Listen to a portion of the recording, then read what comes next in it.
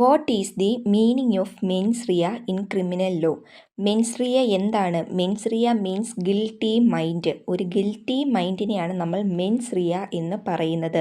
It refer to the mental element or intent behind committing a crime. ഒരു crime നമ്മൾ ചെയ്യുമ്പോൾ അതിന് പിന്നിൽ ഒരു മെൻ്റൽ എലമെൻ്റ് ഉണ്ടായിരിക്കണം, അല്ലെങ്കിൽ ഒരു ഇൻറ്റൻഷൻ ഉണ്ടായിരിക്കണം.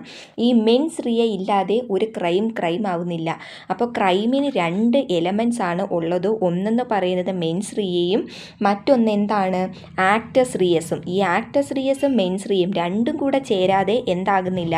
ഒരു ക്രൈം ആകുന്നില്ല.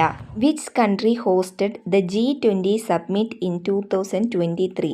2023 ഏത് കൺട്രിയാണ് G20 സബ്മിറ്റ് കണ്ടക്ട് ചെയ്തത് അല്ലെങ്കിൽ ഹോസ്റ്റ് ചെയ്തത്? ഇന്ത്യയായിരുന്നു, India. What is the meaning of mens rea in criminal law?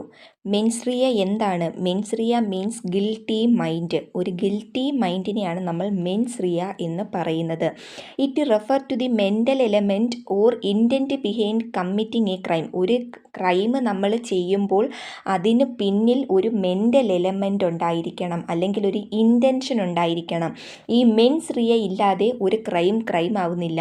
അപ്പോൾ ക്രൈമിന് രണ്ട് എലമെൻറ്റ്സ് ആണ് ഉള്ളത്. ഒന്നെന്ന് പറയുന്നത് മെൻസ് റിയയും മറ്റൊന്ന് എന്താണ്?